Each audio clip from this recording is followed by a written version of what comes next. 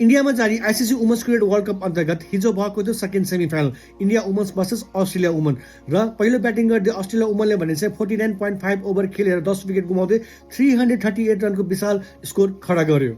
338 run बनाउने क्रममा भने चाहिँ अस्ट्रेलिया वुमनबाट चाहिँ फोबे लिचफिल्डले भने चाहिँ 93 बल खेलेर 119 रनको शतकीय पारी खेले। त्यस्तै गरी तेस्रो नम्बरकी ब्याटर एलिसा पेरीले भने चाहिँ 88 बल खेलेर 77 रनको अर्धशतकीय पारी खेले। त्यस्तै गरी गार्डनरले पनि 45 बल खेलेर 63 रनको अर्धशतकीय पारी खेले। लिग स्टेजमा 3वटा म्याच मात्रै जितेर इन्डिया वुमेन्स भने सेमी फाइनलमा पुग्न सफल भएको थियो भने अब हिजोको म्याच यानी सेकेन्ड सेमी फाइनलमा भने चाहिँ 338 रनको जब विशाल लक्ष्य स्कोरबोर्डमा बनेको थियो, प्राय हरेक जना सोचेको थियो कि अब यो इन्डिया वुमेन्स भने चाहिँ यो सेमी फाइनलबाट हार्छ र के भन्छ इन्डिया वुमेन्सको यो वर्ल्ड कप यात्रा यही समाप्त हुन्छ। तर सबैजना यहाँ गलत भयो।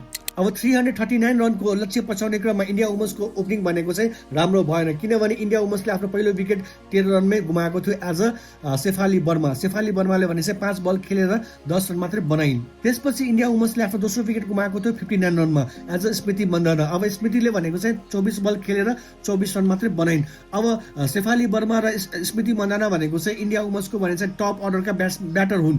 अब इन्डियाले पाएको टार्गेटलाई चेन्ज गर्नको लागि यो इन्डियाका दुईटै ब्याटर भने चाहिँ चल्नु पर्ने नै थियो। तर चाहिँ हिजोको म्याचमा यी दुवै ओपनर ब्याटर भने चाहिँ फ्लप भइन्। अब यी दुवै ओपनर ब्याटरहरू चाहिँ सस्तैमा पब्लियन फर्केपछि यस्तो लागिरहेको थियो कि अब इन्डिया वुमेन्स भने चाहिँ यो म्याच हार्छ।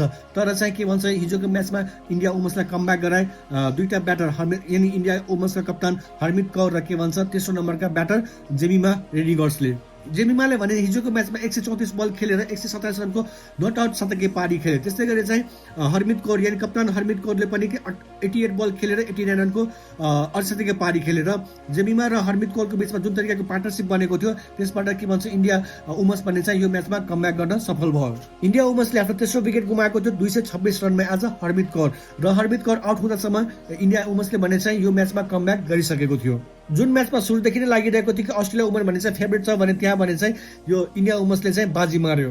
लिग स्टेजमा अस्ट्रेलिया वुमनले खेलेको 7वटा म्याचमा भने एउटा म्याचमा पनि हारेन, यानी 6वटा म्याच जित्यो भने एउटा म्याच भनेको चाहिँ नो रिजल्ट भएको थियो बिकज अफ रेन। भने अर्को साइडमा इन्डिया वुमेन्सले भने चाहिँ लिग स्टेजमा खेलेको 7वटा म्याचमा भने 3वटा म्याच मात्रै जित्न सफल भएको थियो भने एउटा म्याचमा भने चाहिँ नो रिजल्ट भएको थियो। वर्षाको कारणले चाहिँ यो बङ्गलादेश वुमेन्सको साथमा जुन म्याच भएको थियो त्यो वर्षाको कारणले चाहिँ रद्द भएको थियो र जसको कारणले चाहिँ 1 पोइन्ट पाएको थियो र त्यो पोइन्टले गर्दाखेरि चाहिँ इन्डिया वुमेन्स यो सेमी फाइनलमा क्वालिफाई गर्न सफल भएको थियो। वुमेन्स वर्ल्ड कप 2025 को सेमी फाइनलमा बल्ल तल्ल पुगेको इन्डिया वुमेन्सले भने चाहिँ सेमी फाइनलमा नै फेस गर्नु परेको थियो अस्ट्रेलिया वुमेन जस्तो स्ट्रङ टिमलाई। अब चाहे त्यो इन्डियाको मेन्स क्रिकेट टिम होस् या वुमेन्स क्रिकेट टिम, कसैले पनि के भन्छ यो अस्ट्रेलिया जस्तो टिमसँग सेमी फाइनल जस्तो म्याचमा खेल्न चाहँदैनन्। अब 339 रनको लक्ष्य पछ्याउने क्रममा इन्डिया वुमेन्सलाई भने चाहिँ पुरै 50 ओभर पनि खेल्नु परेन, यानी 48